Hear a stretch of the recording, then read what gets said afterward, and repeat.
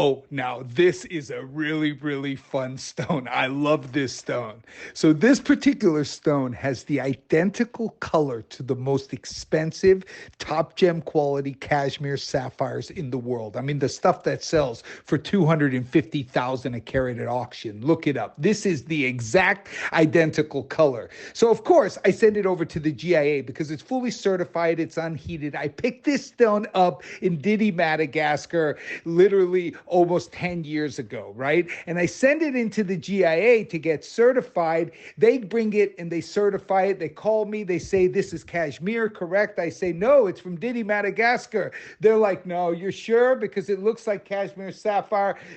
Everything internally, looks identical to the material that comes out of the legendary mine of Kashmir. And I'm sitting there thinking to myself, holy moly, this is crazy. They're going to certify this Kashmir sapphire and I could sell this for 6 digits per carat. I say, hold on a minute. Okay, look, listen, I'm going to be fully transparent with you guys. This comes out of Didi, Madagascar, right? I give them the whole spiel on how the mine was open for only 7 months, how this, produces a lot of material that, looks like finest rubies, finest sapphires, tell them the story of, the guys who brought down the tree, and then these sapphires ended up in, the story, that basically these illegal loggers were mining in a national forest. They brought down a tree, and in the roots, there was these 2 stones.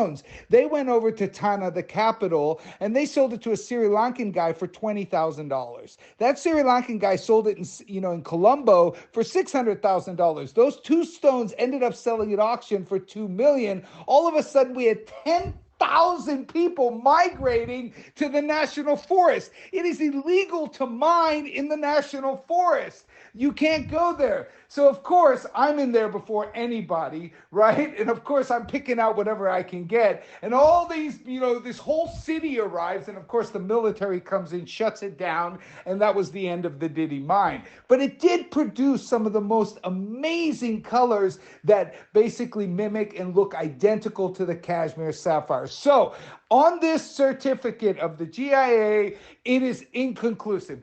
They could not put an origin. Why? Because they argued with me that it is Kashmir. I told them it is from Didi, Madagascar. I explained it. I hunted it. I went there myself.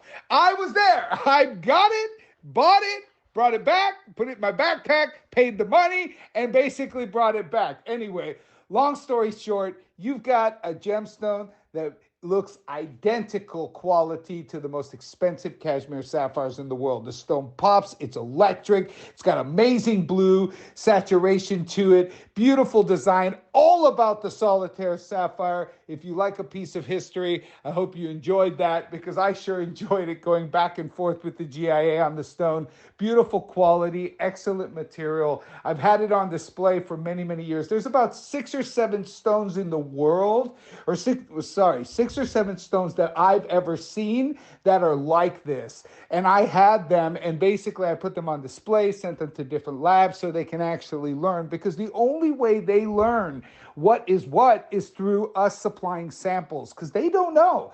They think they know, but they don't always know. The labs know what they know. They know what they know. And the only way they know is by people giving them samples of new discoveries that happen, and that's how they get educated. Great stone, amazing, amazing color. It will blow your head off. The color is remarkable. It's got that velvety blue in it, identical to the rarest, most important cashmere sapphires in the world. Of course, it's based off of the price that I bought it in, 2012 in Didi, Madagascar. And that is really crazy low. But anyway, whoever gets this hits the jackpot. Beautiful stone, excellent collectible.